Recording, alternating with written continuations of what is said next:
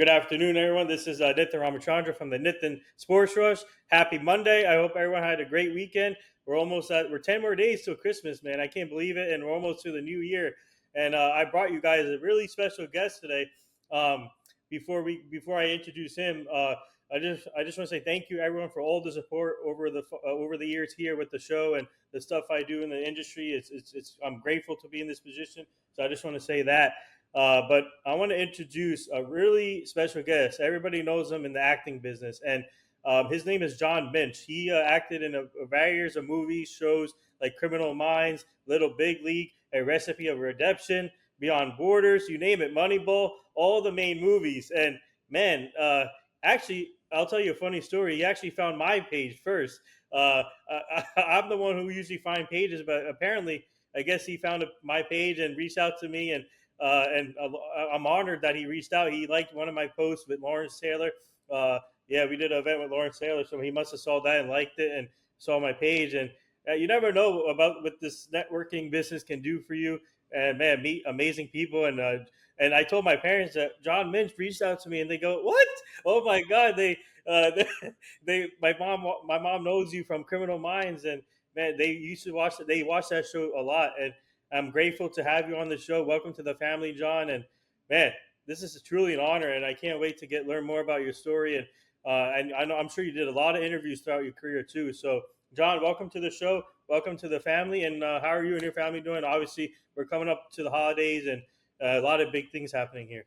Yeah, it's a little hectic, but thank you for having me on. I appreciate it, and congratulations on your far-reaching platform.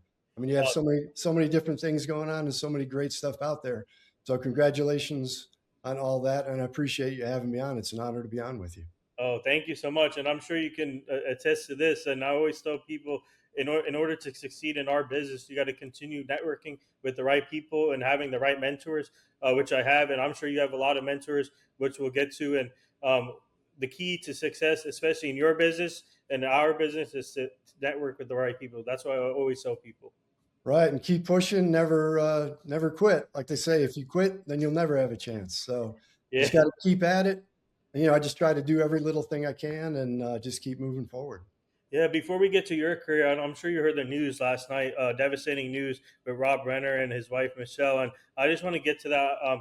Have you done any work with him, and what can you speak on his legendary career? And it's just, like I said, just devastating what happened yesterday to him and his wife. So just talk on the life and legacy of Rob Renner.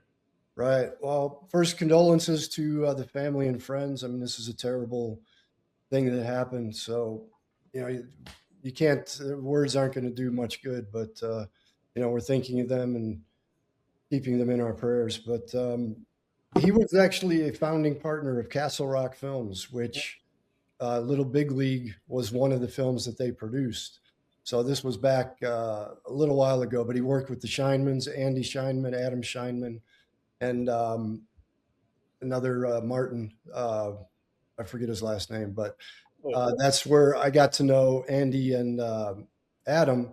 And then I never met Rob, but we were doing sound one time at Sony Studios, and right in the middle, Rob came in, sent something to Andy, sat down for a second, then walked out. But I never met him. But I remember growing up, watching All in the Family.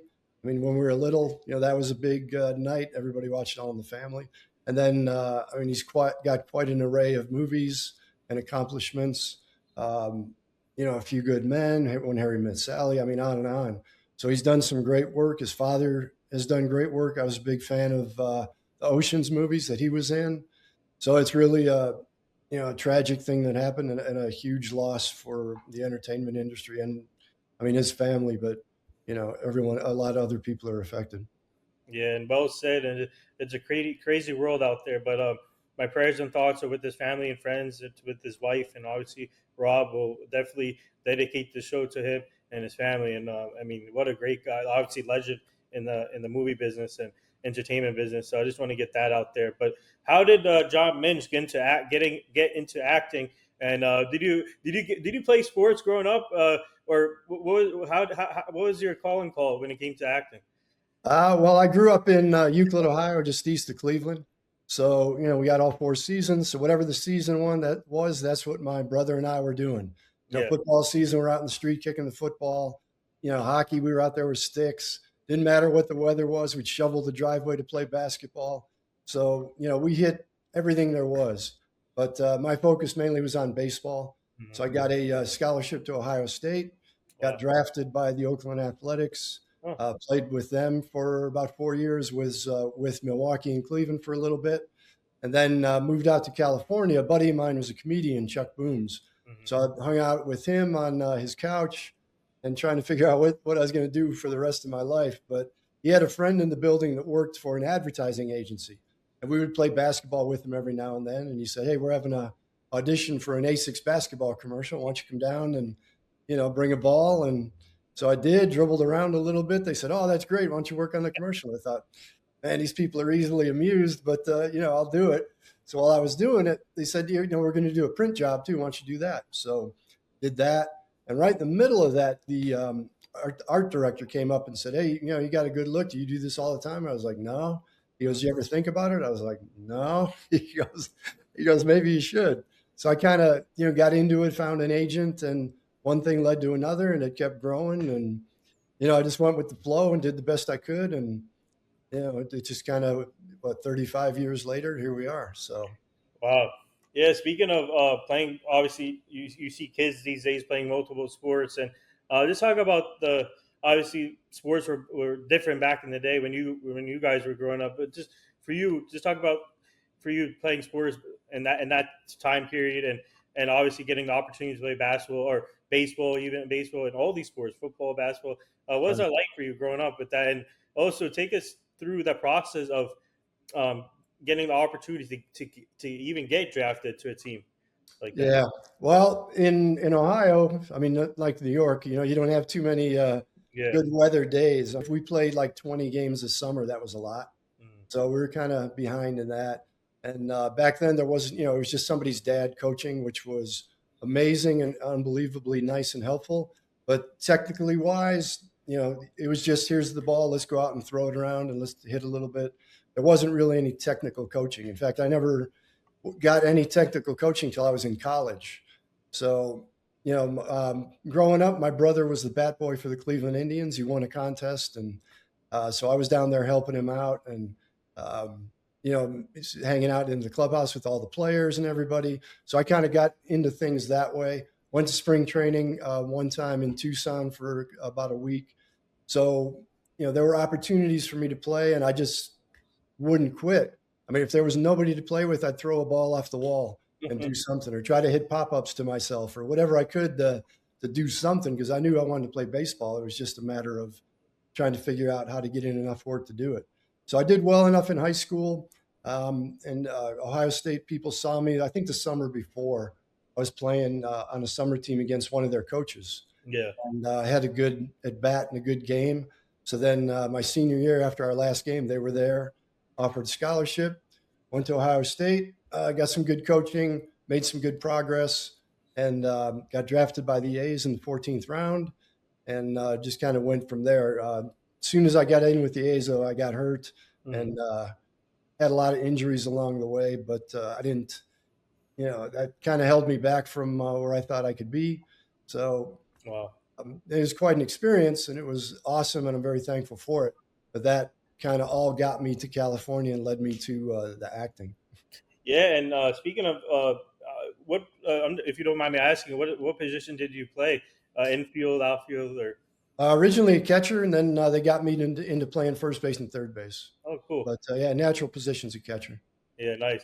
And you played catcher actually in that movie Little Big League. So we'll get to that. But for you, what's it like being part of history when it comes to these sports, like classic sports movies? You see Charlie Sheen with the Major League movie, and all these, and also the like all these like amazing, inspiring baseball movies and other sports movies. What's it like for you to be part of that history? Oh, it was, I mean, I'm forever in awe of all of that and the people I met. And, I never took anything for granted. Like with Little Big League, Yeah. there are all kinds of big league guys there. Ken Griffey Jr., Rafael Palmeiro, Randy Johnson. I mean, there was a long list of guys that came in. So having played, I mean, I had an advantage over guys that were more actors and could play baseball. I was kind of baseball player who was starting to kind of act. I wouldn't call myself an actor at that point in time, but so I had an advantage there, and that got me in. And then Timothy Busfield was the star of that movie. He was absolutely awesome to be around.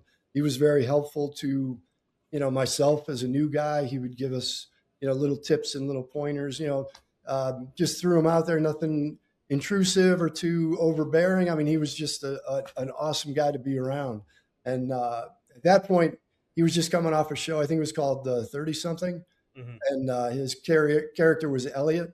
And it was my favorite character. And I think he stole the show. But, I was too, I couldn't even tell him about it. I was just happy to be there, just trying to learn my lines. And I didn't want to rock the boat or, say too much. So, but, it just kind of went from there and progressed, meeting all kinds of great people. One of the guys in the movie, Tony Todd, went to high school with Charlie Sheen. Yeah. He's got the whole major league thing and all that. So it's just, I don't really think of myself in that light. I'm just kind of in awe, I was a part of this, or this was really cool, or I got to meet these people. And, so it was, a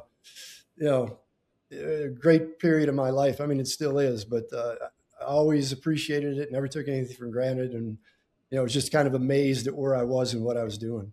Yeah, and also the cast for the Little Big League movie was not only that. You had Tim Raines, Paul O'Neill, Chris Berman, you name it, Dave McGannon, and you mentioned Rafi, Brady Johnson.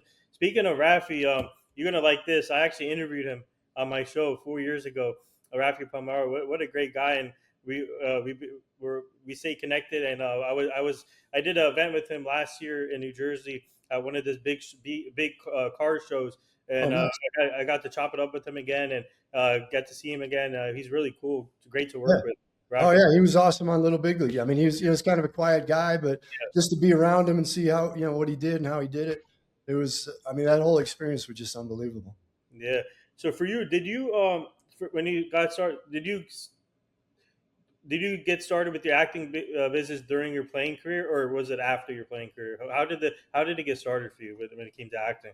No, it was totally after baseball. Yeah. I mean, I used to play a lot of basketball, and when I was playing baseball, I was working out with Andy Allenson. He was a catcher for the Indians, and he moved out to California. So, we'd kind of hang out, play basketball, and he came across a sports agent, and he said, "Hey, you should check this guy out.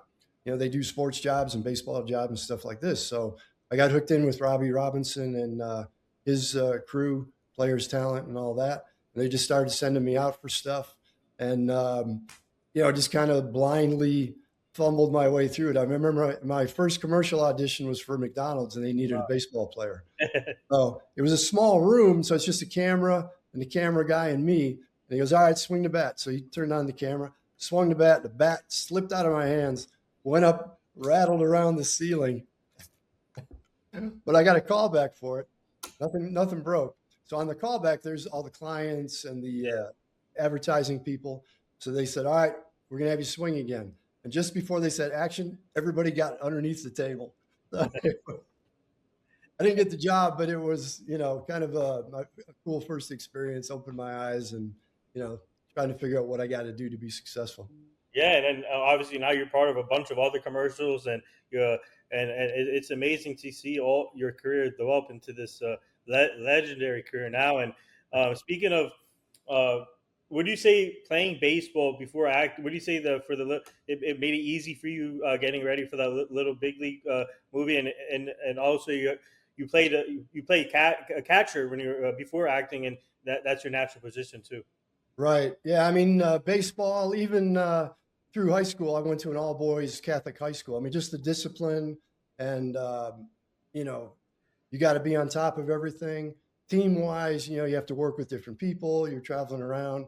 You have an ultimate goal to accomplish. You got to be certain places at certain times. Just the discipline and the foresight, I guess you could say, but always looking ahead and preparing and planning. I think that's one of my keys to life, is looking ahead and preparing.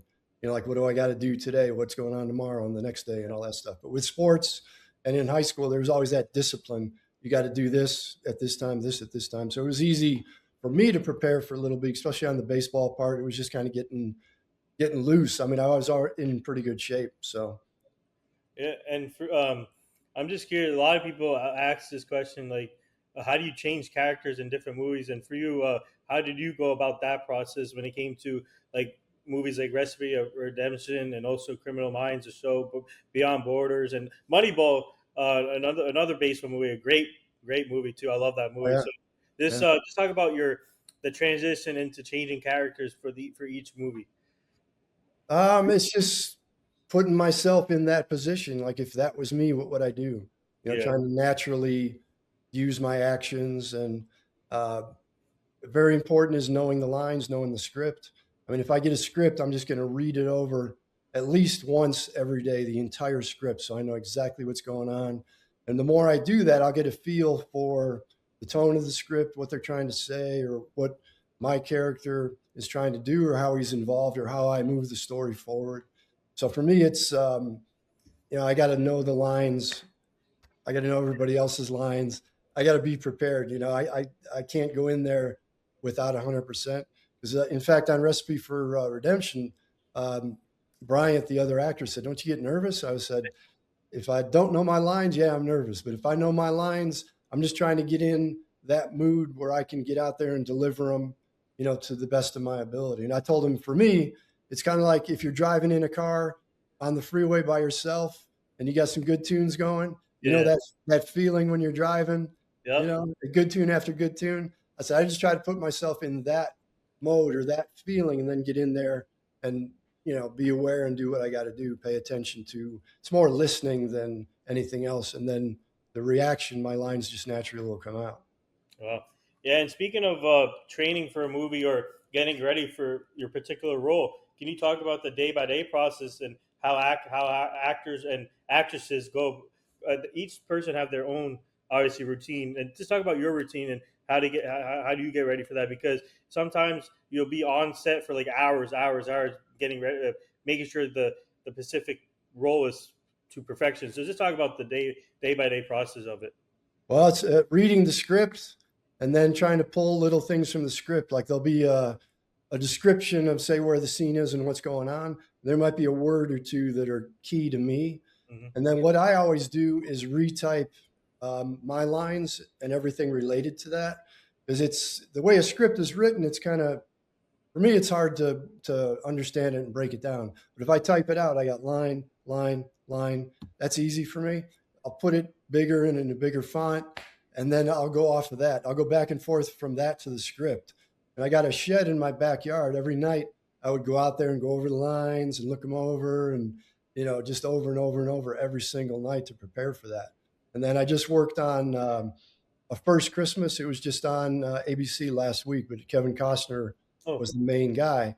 So yeah. I was his stand-in, and they gave me the script, and I was going to go through everything he did, all the lines, all the movements, holding the torch, all that stuff.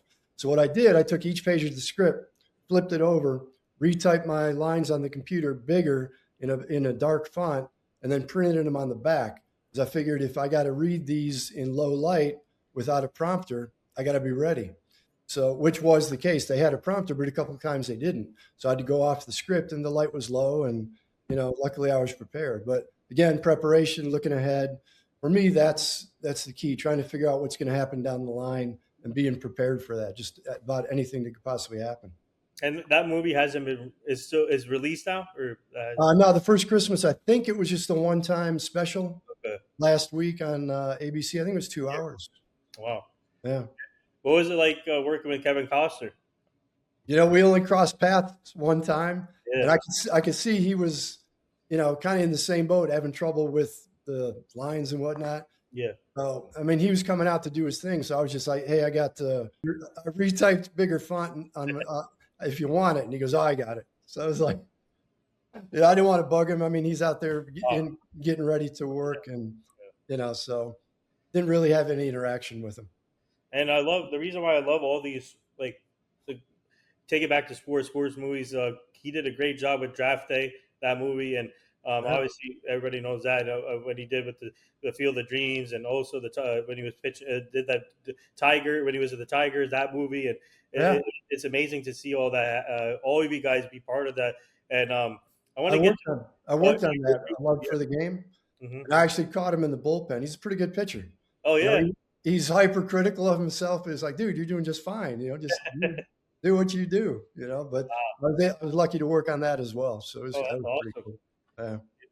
I want to get to Moneyball because I really love that movie because it teaches you the game even more when it comes to the front office, how to take care of your money, and how like and what Brad Pitt did in that movie was amazing, and Jonah Hill, all that, and just talk about being part of that movie because it teaches you not only the game on the field but off the field and how you manage your stuff and how do you manage a team like that. Just talk about what was it like being part of that type of movie. Oh, that was a tremendous honor. And it was amazing to see how they were setting it up. I mean, with the lighting and the camera angles and all that stuff. To be around Brad Pitt and Philip Seymour Hoffman. I didn't have any interactions with Brad, but Philip Seymour Hoffman was great. I mean, I had lunch with him a couple times. He's a Giants fan. We just hang out and talk, and he would tell me he went to a Giants game one time, sat in the box, and all kinds of different stuff. But to see him work and how he works and how he approaches. I mean, every take he did for every scene was different. He gave the director something completely different every single time. It's like, that's how he won awards. So I try to do that whenever I do something. And to, be around Brad and Bennett Miller, uh, you know, opportunities of a lifetime, And even when they were doing the baseball scenes, they only had a couple banks of lights on. And it was kind of dark. I'm thinking, how's this going to work? But then you see the movie, turns out perfectly. So one thing I did like and was lucky to do, I was the first base coach. I had some unscripted lines that got chopped out. But at the very end, when they lose the last game and they're walking off the field, I'm the last guy visible on screen as I go down into the dugout and then I disappear. Wow. So not many people know it's me, but I mean, somehow they used me, and it is a cool thing to have. Wow, that's awesome, man. I'm going to put you on the spot right now. You cannot mention Little Big League, but what's your favorite old-time baseball movie of all time? I mean, Bull Durham is pretty good. I mean, it's a Costner movie. Yeah. I was lucky enough to play in that stadium before they remodeled it in Durham. What was it? The one that I think Robert De Niro was in it. I think, Bang the Drum Slowly, I think it was. I mean, that's old, you know. That was pretty cool. Of course, Major League with Charlie and all that, So there's a lot of them out there, but those are two that just come to mind now. Oh, is it called The Fan? I don't know. I don't. That might have been. I don't know. I'm not sure. This one right here. Could be. But Bull Durham, I mean, was huge back when, I was around that age watching movies and at that time and playing ball in the minor leagues and all that. So that was really cool. Yeah. And I want to switch gears here. Talk about Criminal Minds and Beyond Borders, and everybody knows both of those shows. I know both of those shows. Even my parents know both of those shows. Criminal Minds is like a law. Obviously, people. The goal of the show is people get in trouble, and you have to find the killer or whatever killer, and then bring them to the thing. And this Right. that aspect of acting when you have to change from being in a sports movie to Criminal Minds, where you have to act like a law guy or enforcement guy and trying to come up with ideas how to catch the guy. So just talk about what it's like being part of Criminal Minds and also just talk about Beyond Borders too. Right. Well, that was an awesome experience. I stood right next to Gary Sinise. Yeah. I didn't say anything and he didn't say anything, but still, I'm on the same set working the same thing as Gary Sinise. It's crazy. But the weird thing about that, I was in Phoenix, and I got the audition, so I had to drive in the morning. So I left like at 6 a.m, got to the studio lot like maybe at 1 or 2, had to put on a suit, went in for a little hot trailer for the audition, and it was just a little improv. They say, you're the ambassador, you're meeting and greeting people. Somebody whispers in your ear that something's not right. You got to go, wrap it up and go. So, they said, all right, action. So I started doing it, and I could see the lady off to the side, the casting director going, meaning wrap it up and let's go. So, thank you. We got to go. So I left. It turned out it was clear, concise, and had every point that they wanted. Got the job. And then doing the job, it was the same thing. they shot it, used a long shot. And, I did the little improv and all the lines in that. You couldn't hear any of the lines, but, that's kind of how that came about. It wasn't a normal audition, but made the best of it. But it was amazing being there. Beyond Borders was a great show, Mm-hmm. and it had a great cast. And being there with Gary Sinise, I mean, again, it's an honor. And in the middle of doing it, I'm just sitting there amazed, looking around, like, oh, okay, ready, action. So, here we go. But yeah, it was just never took anything for granted. It was always just amazed at everything and everyone that I saw. I was like, wow, this is crazy. Wow. Did you ever and obviously you have a great, amazing resume, and we all love you, what you do in this business. Did you ever think did you ever think when you were younger, you would be in this position, and how grateful are you to be in this position right now? The only thought I have, every Sunday night, my brother and I would watch The Wonderful World of Disney.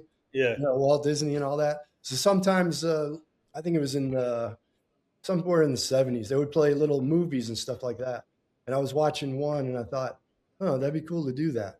And that was the last I thought of it ever. And then I was playing ball, and then, just kind of fumbled my way into it. But again, never take anything for granted, always appreciative of it. And, even with like A Recipe for Redemption, Yeah. it's a short film. It's an independent. I didn't think all that much of it. I felt good about what I did, and I thought, oh, this will be cool to get, a piece of tape for my reel, because a lot of people want to see your reel and what you've done before they'll get you other work. So I didn't think anything of it, but apparently it's won best film in a couple different festivals, best ensemble cast. I got best actor. Yep. For one fest, going to Cannes next summer to be a part of the event. I mean, that was the last thing from my mind. When I left there, I thought, I was pleased with what I did. That's pretty much how I wanted to do it. And I can't wait to get this tape to put it together and try and get some more jobs. And that's all I thought. But then all this other stuff starts coming in. It's like, whoa, I never imagined anything like that. Wow. And if you didn't get injured playing baseball, would you say that you would have continued with your baseball career? Or? Yeah, dude, that was my goal from ever since I knew what baseball was when I was little. I remember watching the 1970 World Series, and that kind of set it off. Johnny Bench was my guy, and everything I did was baseball related. I'd get a new glove, wrap it up, and sleep under the mattress to try to break it in, and everything was geared towards that. And but all the injuries and tough to overcome, not only physically but mentally. And I never really did what I thought I could do, but ran out of chances and stumbled into this and tried to make the most of that. And look where you're at now, man. You're acting in amazing shows, movies, and you're doing a great job. Like I said, we love what you do. And I gotta ask you, what if you had to work with one actor that you haven't worked with yet, who would it be? Well, George Clooney. I hear Ocean's 14 is coming out. Really?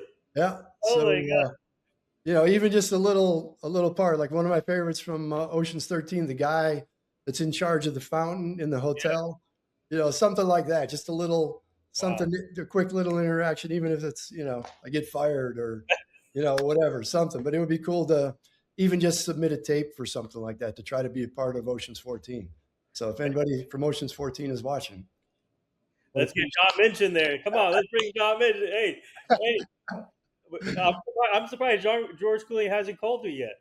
No, he's haven't come across him. I mean, he seems like a great guy. Another guy is John Malkovich. Love to work with him and get to know him. I mean, it was honored to be around Philip Seymour Hoffman. Just, astonishing and amazing. And I can't believe I was right next to the guy and had lunch with him, and we were talking just general whatever, but also to see him work and to learn from how he went about his work. It was just another one of those amazing things that I never thought would ever happen. Yeah, and even though you haven't worked with those actors like George Clooney, but how does it work when it comes to in the acting business? When it comes to like the reaching out to see if other actors are interested in joining them to join forces? So, for example, do they go through how does like our business we go through other people, but for you, how does it work? Do the actors reach out to you directly? Sometimes, but for something like that, I'm sure there's people scrambling left and right to try to get to them. So they might put out a casting notice, they might not. I mean, at this point, they've got their friends and their people that have done the others. So they probably have a tight list of people that they use. Maybe if somebody sees our interview, they say, hey, let's, let this guy be the janitor for one scene or something or whatever, but, so who knows? Maybe, like we found each other. Who knows if somebody from there would find me? Maybe I'll tag George Clooney in this one when we Appreciate release the episode, because John Minch, he deserves every role in this industry.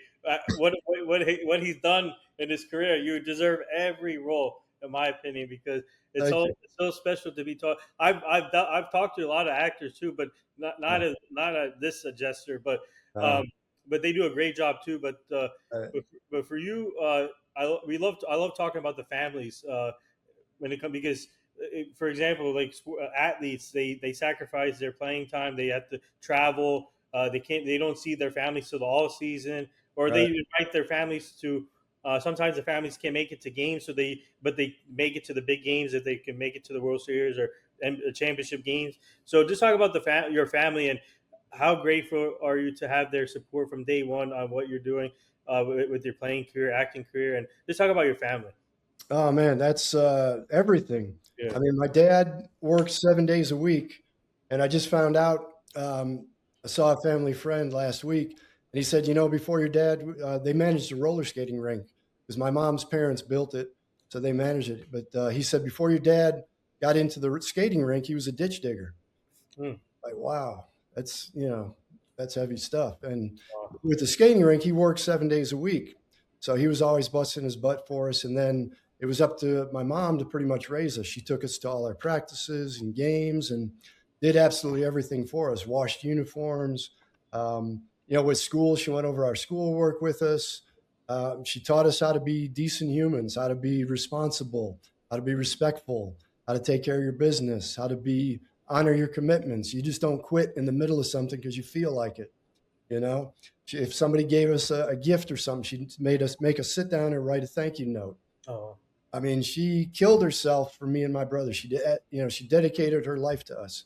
So, my dad died when I was 16, so she carried on. I mean, that was a tough mantle again, dealing with a 16 to 22-year-old me who knew everything and didn't want to hear anything, but she handled that masterfully. Then my brother, he was the Indians bat boy, ended up being the communications director for the Indians, Los Angeles Kings, New Jersey Devils. Oh. He was with the Devils when they won the Cup in 2000, I think it was, or 01, whatever year that was.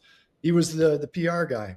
So, having them around me and help me out, I stayed with my brother in Redondo Beach when I was getting started. So without them, who knows where I'd be. But, all that love and support and encouragement, my mom could have critiqued and told me what to do, but she didn't. She just encouraged and said, well, if that's what you want to do, that's what you believe, do everything you can to make that possible. So, they're everything for where I'm at right now. Well, we would love to have your brother on the show also. That'd be awesome. Yeah. He's actually a Catholic deacon in Las Vegas right now. Oh wow. That's awesome right there. Tough place to be a Catholic deacon. Yeah. Two more things before I let you go. I know you have a busy day, but and this has been an honor talking to you. But what do you like to promote? Obviously, what you're doing and your social media. Where can people find you? Social media is JOHHN_MINCH. That's huge. I mean, that's been a huge tool for me. Like, we found each other. Other people have found me and put me in projects. I was in Suzanne von Schack put me in her short, My Extraordinary Joe, which is in film festivals now. Recipe for Redemption, which is in festivals. Piercing Screams, which is another horror film in festivals. All that stuff. I'm working on a print job tomorrow, a commercial on Thursday. Another film coming up is still in development. But Instagram for me is probably the most important. Yeah. Before I let you go, I want to mention we just lost another legend today. I don't know if you heard of him, Anthony Geary. He No, played Luke Spencer in General Hospital. Um, no. yeah, he passed away today at the age of 78. My friend just informed me. Uh, man, it's from a medical procedure. So my prayers and thoughts are with his family, and rest in peace, Anthony Geary. Man, Yeah, this is crazy. Losing a lot of legends right now. This is ridiculous. It's crazy, and yeah. wishing everybody stay safe and healthy. Safe holiday season. Be careful. Be grateful for every day you got. I mean, that's what I try to do. Make the most of it. Yeah. You never know what could happen. Yeah, but John Minch, thank you for joining. This was awesome. Let's connect again. Obviously, stay connected, and looking forward to having you on other shows, and obviously talking again. And keep up the great work, and hopefully we can get you more roles Thank like you. George Clooney, for example. Uh, Thank uh, you. yeah, but keep up the great work. This was an honor. Thank you for reaching out, finding my page, reaching out, and getting. And obviously now we're all connected. And welcome to the family. This has been an honor, and thank you for joining today. And have a great week. Have a great holiday season with your family. Happy New Year to you guys. And this has been awesome. And thank you. And thank you to you and continue your great work. I appreciate, seeing everything you've done and thank you for having me. It's been a great time. Thank you. And I would love to connect with you in person eventually. Maybe I'll come travel there. Or you come, when you let me know when you come travel to New York, New Jersey area. We'll connect in Would person. love to. Thank you. Yeah, thank you. Thank you. Thanks, Nathan. Oh, no problem.